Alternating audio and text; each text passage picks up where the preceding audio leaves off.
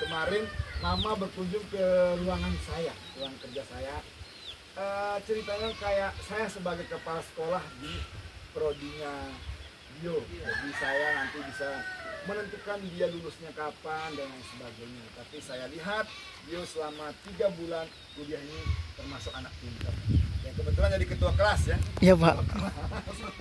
Jadi kami berharap bio bisa selesai dalam 3,5 tahun. Normalnya orang kuliah itu 4 sampai 7 tahun. Tetapi bisa kita percepat menjadi 3,5 tahun tergantung prestasinya. Di sini ada yang kuliah di Unipa nggak selain bio? Banyak. Ternyata Unipa itu Banyak. terkenal di daerah kita ya. Dan hampir sebagian besar adik-adik kita itu berkuliah di Unipa selain pergi ke luar daerah. Tapi kalau kami sarankan nggak usah jauh-jauh ke Jawa lah, daripada hanya untuk mengejar S1 yang berkualitas. Unipa salah satu kampus paling berkualitas di Sika, nomor 1 di Sika. Ya. Kalau dengan keluarga bawa ramuan ajaib. Kira-kira mungkin Mama mengenal ini apa? Bisa dilihat benar kunyit. Nah, ini adalah ramuan ajaib yang kita lakukan dan kita gunakan setiap hari. Contohnya, saya nyampe di Maumere itu tahun 2016 dan ketika diundang oleh warga masyarakat Sika, contohnya mahasiswa saya yang mengundang, kami dikasih jamuan itu pasti apa namanya itu kuah kuning. Nah, namanya kuah kuning. Kami biasa sampai saya, emang di sini viral banget ya kuah kuning ya, terkenal sekali ya, karena ternyata warga masyarakat kita itu sangat suka dengan kunyit. Dan ternyata kunyit ini memang benar-benar memiliki khasiat dan manfaat untuk tubuh kita, khususnya kita manusia, bisa memberikan antiinflamasi untuk orang-orang yang mungkin punya penyakit kanker dan lain sebagainya, atau paling bagusnya paling dirasakan oleh kaum ibu-ibu. Kebetulan ini banyak ibu-ibu ya, mohon maaf bapak-bapak, ini saya omong ke ibu-ibu karena ternyata bisa memberikan dampak kesehatan reproduksi. Masalah ini mama-mama sudah sepuh semua ya, mungkin ada yang kenal dengan istilah kiranti, nggak tahu ya, mama kenal ya. Itu bahan dasarnya dari kunyit. Kiranti itu untuk memperlancar reproduksi kita dalam hal menstruasi. Nah, ini kami gunakan ramuan ini adalah untuk memberikan dampak positif terhadap saluran reproduksi unggas. Unggas itu apa? Ayam.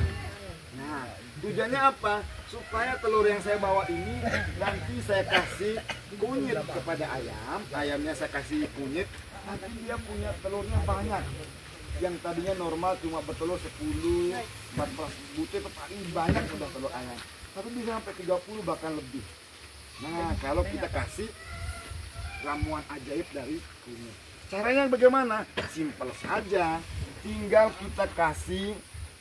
Ya ini kan kalau kebetulan saat Pak Karman penelitian kemarin itu pakainya pakan standar. Ini namanya pakan standar yang dibeli di warung. Tapi kita di kampung kan nggak pakai itu. Palingan pakai nasi, palingan pakai biji jagung. Ya udah, yang penting ada tambahannya berupa kunyit. Kalau memang tidak bisa dicampur di pakannya, campur di dalam air minumnya. Supaya apa? Supaya saluran reproduksi ayam itu bagus.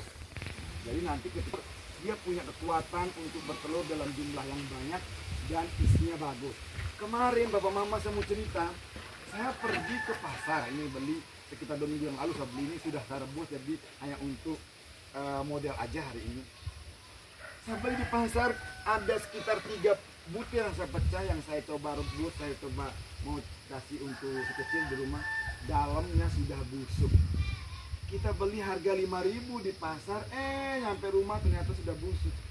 Siapa yang salah? Kita juga pembelinya salah, yang salah juga penjualnya.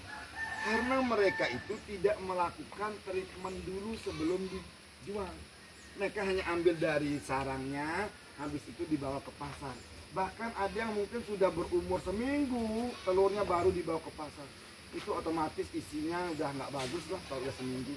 Bahkan ada yang sudah berisia, ada yang sudah ada anakan di dalamnya. Siapa yang mau makan kalau sudah ada anakan? Nah, caranya bagaimana supaya dia tidak seperti itu?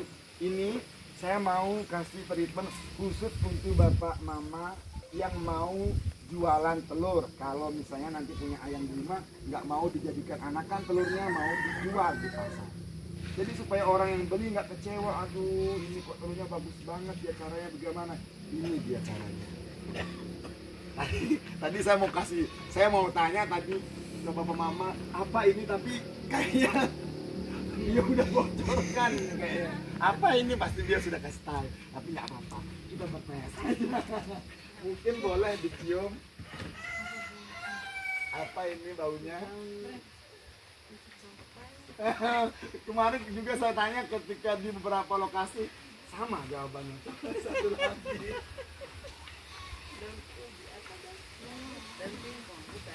Daun pepaya. Ini kan bang sekarang. Binaho.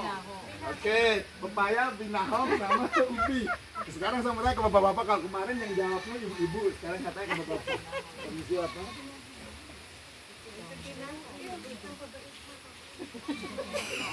Binahong.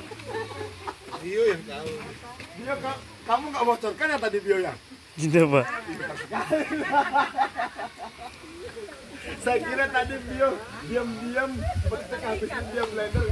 Tahu nanti kita ini oh ternyata bisa. Saya tahu Pak itu. Itu bapak ya, mama ya tahu karena dia dari blender.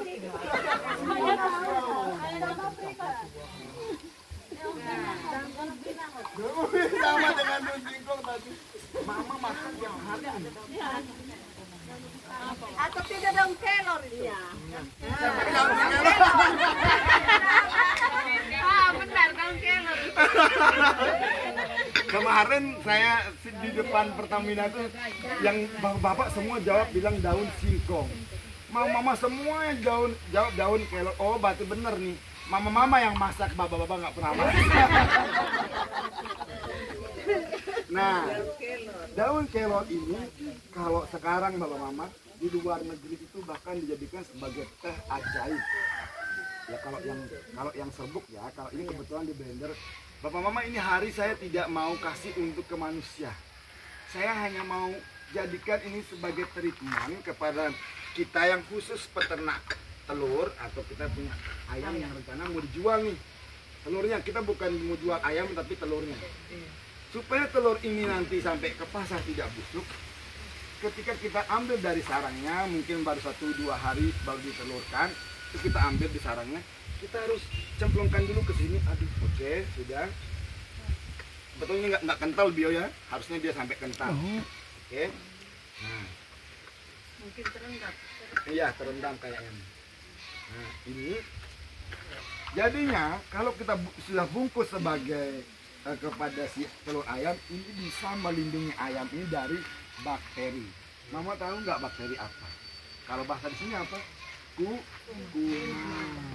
Bahasa kita di kampung namanya kuman. Kalau bio di kampus bilangnya bakteri. Jadi barang-barang yang tidak terlihat itu yang bisa merusak dalam dari telur ini. Itu kita bungkus dengan ini. Kenapa sih bisa melindunginya?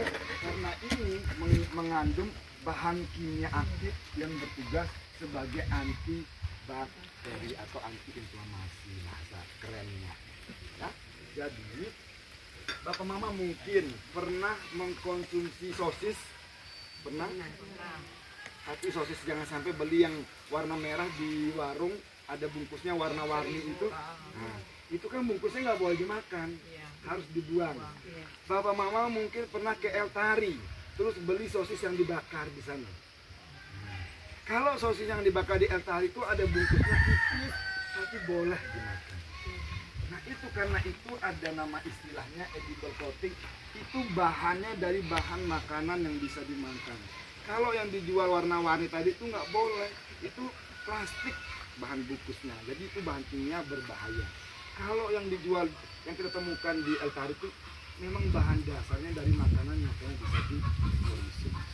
Nah, jadi ilmu untuk hari ini Bapak Mama, kita ingin menyampaikan bahwa ternyata potensi alam kita ini dari kunyit, dari kelor ini memiliki dampak yang luar biasa terhadap kesehatan kita, khususnya kita ya. Tetapi ternyata kepada si ayam juga bisa. siapa tahu bapak mama nanti khususnya bio ya, kalau bio selesai kuliah ya udah tak ambil ilmunya Pak Karman, tak pakai coba deh gitu. Nah, siapa tahu dia jadi juragan unggas di daerah sini. Jadi bisa jualan sambil dia bekerja menjadi guru, dia juga punya penghasilan bulanan sebagai peternak. Sebelum kita akhiri, kita mau coba latihan dengan bapak mama 1 atau 2 orang. Saya mau minta tinggal dicemplungkan aja ke dalam sini, permisi. Mama tinggal ambil aja tidak milik sedikit aja. Oke, ditaruh di sini. Mama aduk pakai sendok itu. Nah, kira-kira seperti ini caranya kita melakukan treatment atau pemberian suplemen kepada ayam. Nah, sebenarnya ini boleh. Ini yang Pak Karman dulu saat penelitian pakai ini, diaduk di pakannya. Tetapi kalau bapak mama ribet, nggak mau kotor tangannya, ya udah dilarutkan ada di air minumnya, tinggal dikasih minum. Tapi biasanya ayam itu nggak suka dengan baunya kalau pakai minuman, karena ada kandungan, ada rasa pahit yang muncul dari si kunyit yang membuat ayam nggak suka kalau pakai air minumnya. Yang mereka paling suka itu langsung ke makanannya. Mereka pakai protokol dengan cara itu langsung mereka bisa masuk ke dalam saluran pencernaannya. Nah, treatment yang terakhir mungkin bantuan salah satu bapak mama, boleh tinggal bantu cemplung saja. Nah, oke, kira-kira seperti ini cara kita untuk melakukan. Boleh diambil mama. Nah, sudah berhasil melakukan treatment untuk edible coating, pembungkusan bahan pangan menggunakan bahan alami ceritanya. Saya pokoknya hari ini terharu sekali nih. Saya nggak nyangka bisa sebanyak ini yang datang. Pertemuan pertama saya di 2 minggu yang lalu di Lek Putih itu sekitar cuma 4 orang ya Pak Masud ya.